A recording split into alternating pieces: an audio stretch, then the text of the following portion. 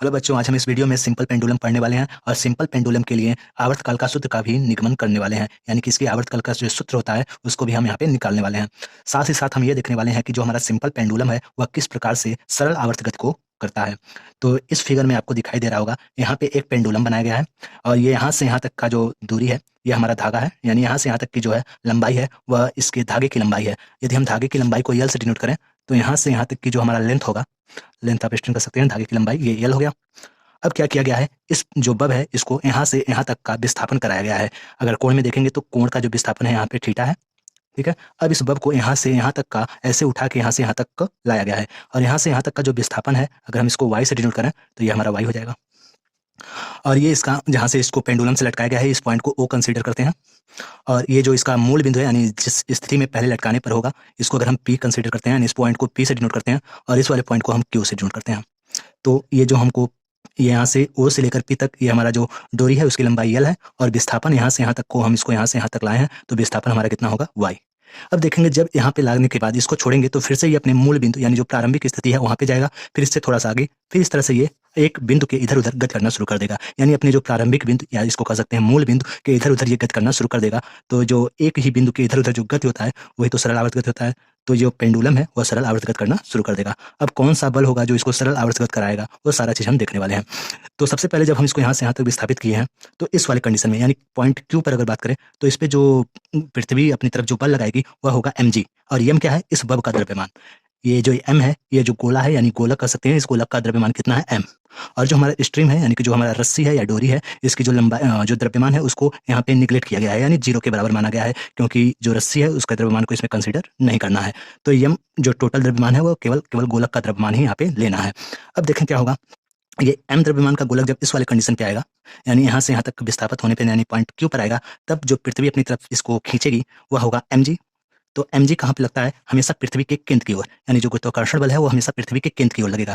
तो mg जो है वह एकदम पृथ्वी के केंद्र की ओर, यानी कि एक सीधी रेखा इसको बनाएंगे और ये हमारा गुरुत्वाकर्षण बल दिखाने के लिए ये बना दिए और ये हमारा हो जाएगा mg।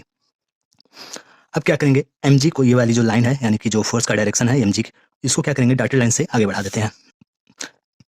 यहाँ पे हम डॉटेड लाइन से इसको आगे इस तरह से बढ़ा देते हैं।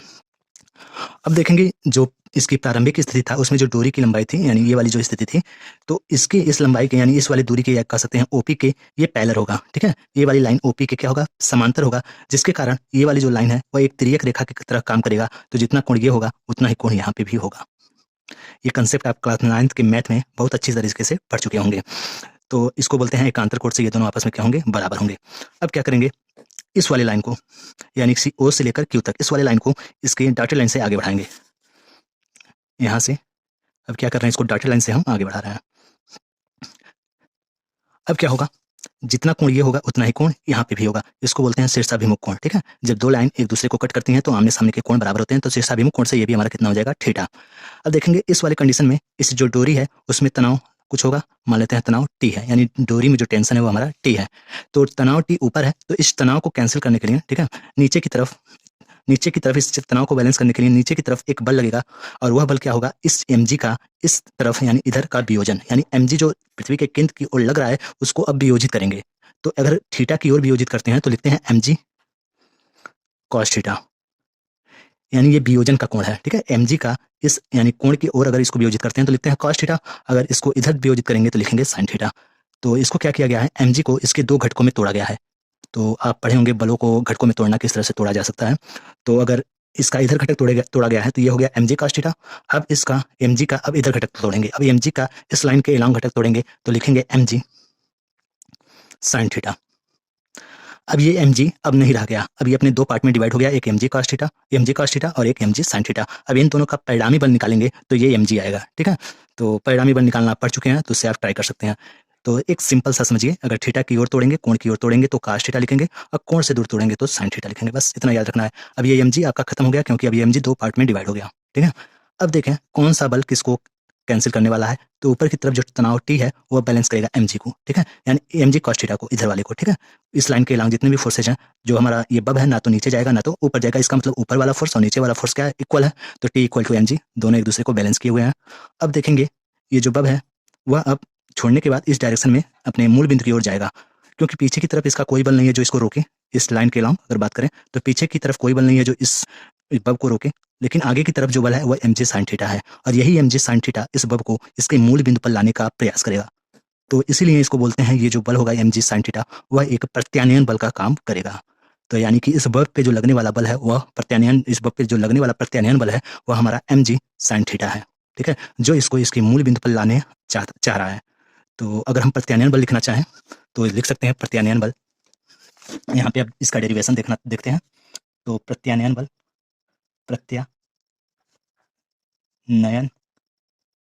प्रत्यानयन बल जो होगा, अगर इसको हम एफ से डिनोट करें तो एफ बराबर हमारा होगा mg sin theta, mg sin theta. अब देखते हैं, जो हमारा विस्थापन है वह इस डायरेक्शन में हुआ है और जो बल है वह इस डायरेक्शन में हुआ है। जो बल है वह इस डायरेक्शन में लग रहा है, बिंदु Q से P की ओर बल लग रहा है mg sin थीटा का, और जो विस्थापन है वह P से Q किया गया है। यानी कि जो बल है और विस्थापन है दोनों की दिशा क्या है, विपरीत है। अगर दिशा विपरीत होता है तो यहाँ पे लगा देंगे माइनस। तो माइनस का यहाँ पे केवल इतना मतलब है कि जो विस्थापन है वो बल के विपरीत दिशा में हुआ है, ठीक है। तो यह बराबर हो गया हमारा mg sin थीटा, यानी इस पे लगने वाला प्रत्यानयन बल हम निकाल चुके हैं, जान चुके हैं। अब इसके बाद क्या करेंगे, हम साइन थीटा की वैल्यू निकालेंगे, ठीक है। साइन थीटा क्या होगा, अब यहाँ पे देखते हैं। तो साइन थीटा इक्वल टू, अब साइन थीटा बराबर होता है लंब बटे कोण। तो ये अगर ये वाली कोण 90 डिग्री होगा तो 90 डिग्री के जस्ट सामने वाली जो साइड होगा, अगर ट्रायंगल इसकी बात करें OPQ, इस त्रिभुज की बात करें तो जो हमारा ये वाला कोण है वो हमारा 90 डिग्री है। 90 डिग्री के जस्ट सामने वाला होगा हमारा कोण और ये वाला हमारा होगा लंब। तो साइन थीटा बराबर होता है लंब बटे कोण। तो लंब कितना है, हो गया हमारा y, और कण कितना हो गया हमारा L।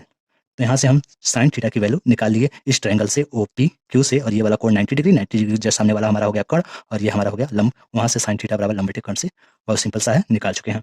अब इस वैल्यू को यहाँ पे पुट कर देते हैं, ठीक है। साइन थीटा की वैल्यू y बटे L यहाँ पे रख देते हैं। तो हमारा जो प्रत्यानयन बल होगा F बराबर वह हो जाएगा हमारा माइनस mg। अब साइन थीटा की जगह रख देंगे y/L, ठीक है। अब इसके बाद हम देखेंगे न्यूटन के गति का नियम। तो न्यूटन का गति का नियम क्या होता है, अगर दूसरे नियम की बात करें तो यह बराबर होता है हमारा m इंटू ए। ए क्या होता है, त्वरण, और m क्या होता है, द्रव्यमान, और f क्या होता है, बल। तो जो बल है वो हमारा यहाँ पे मालूम है हमको, m इसका मालूम है कितना है, स्मॉल m है, ठीक है। बब का जो मास है स्मॉल m का है, और इससे हम क्या निकाल सकते हैं, इसमें त्वरण निकाल सकते हैं। तो यहाँ से अगर हम त्वरण निकालना चाहें तो a बराबर हमारा हो जाएगा F/m, और f की वैल्यू हमको मालूम है कितना है, तो यह बराबर हमारा है माइनस mg ब्रैकेट में y/L। अब पूरे के अपान कितना हमारा आ जाएगा m। यहाँ तक कोई दिक्कत नहीं होगी आपको। अब इसके बाद क्या करेंगे, m से m को कैंसिल कर देंगे, तो ये m इस m को कैंसिल करेगा, तो हमारा जो त्वरण कैंसिल करेगा, तो हमारा जो त्वरण है वह आ जाएगा माइनस g y/L। या फिर इसको ऐसे भी लिख सकते हैं, जो हमारा त्वरण है a = माइनस g/L, ठीक है। इसको इसके साथ लिख दे रहे हैं और इंटू y। अब g और l यानी कि जो गुरुत्वाकर्षण नियतांक जो g होता है गुरुत्वाकर्षण, और जो डोरी की लंबाई l है वह दोनों हमारा कांस्टेंट होगा, यानी इसकी वैल्यू तो चेंज नहीं होगी। चेंज क्या होगा, y कभी यहाँ पे होगा, कहीं यहाँ पे, कहीं यहाँ पे, यानी कि जैसे जैसे विस्थापन होगा y हमारा चेंज होता रहेगा। यानी g/L ये हमारा पूरा कांस्टेंट है। इसका मतलब जो त्वरण है, इसको अगर ऐसे लिखें, त्वरण वह हमारा अनुक्रमानुपाती होगा विस्थापन के। तो ये सरल आवर्त गति का ये कंडीशन है कि जो त्वरण होता है वह विस्थापन के क्या होता है, अनुक्रमानुपाती। तो इसका मतलब जो बब होगा वो हमारा सरल आवर्त गति करेगा। अब जब सरल आवर्त गति कर रहा है तो इसका आवर्तकाल भी निकाल लेते हैं। तो आवर्तकाल क्या होता है, आवर्तकाल t बराबर पढ़े होंगे 2π√, यह आवर्तकाल का फार्मूला होता है t = 2π√। ऊपर लिखते हैं विस्थापन, अब बटे जो नीचे आता है वो हमारा आता है त्वरण। ये फार्मूला होता है आवर्तकाल के लिए, ठीक है। तो अब क्या करेंगे, t = 2π√। अब विस्थापन देख लें हमारा कितने का हुआ था, तो विस्थापन हमारा हुआ था y। तो विस्थापन की जगह रख देते हैं हम y अपान, अब देखें त्वरण कितने का है, तो त्वरण हम निकाल चुके हैं यहाँ पे देखें अगर, तो त्वरण a बराबर है g/L इंटू y, या फिर यहाँ पे देख सकते हैं वही चीज़ है, त्वरण a बराबर GY/L, दोनों चीज़ सेम ही है। L को इसके साथ यहाँ पे लिखा गया है, ठीक है। तो अब यहाँ पे जो माइनस चिन्ह है वो माइनस चिन्ह यहाँ पे नहीं रखेंगे, माइनस चिन्ह केवल डायरेक्शन बता रहा है। तो यहाँ पे हम केवल इसकी मैग्नीट्यूड की बात करेंगे, क्योंकि जो टाइम होता है उसमें डायरेक्शन नहीं होता। आवर्तकाल क्या होगा, एक चक्कर में कितना समय लग रहा है वही आवर्तकाल होता है, तो इसमें डायरेक्शन का कोई इंपॉर्टेंट रोल नहीं है, तो इसमें माइनस साइन नहीं रखेंगे। तो केवल हम इसका मैग्नीट्यूड रखेंगे, जो त्वरण का है वो रखेंगे g, और इसका आपस में गुणा करना तो हो जाएगा GY, अब पूरे के बट्टे हमारा हो जाएगा एल, और ये अंडर रूट पूरा पूरे पे है, ठीक है।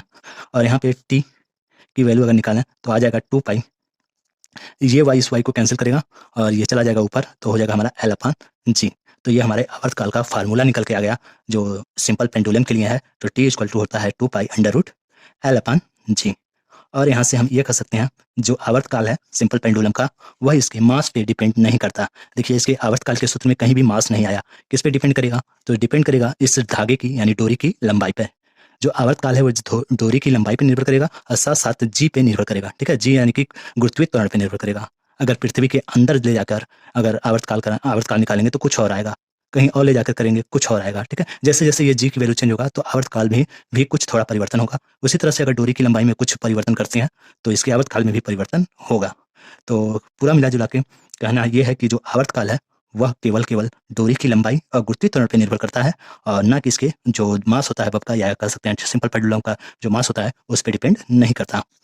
तो ये सिंपल पेंडुलम था, यहाँ से पूरा आप देख सकते हैं। अगर वीडियो आपको अच्छा लगा तो चैनल को सब्सक्राइब कीजिए, इस तरह का वीडियो आपको हर डेली मिलता रहेगा। तो इसी के साथ यहाँ पे ख़त्म करते हैं, धन्यवाद।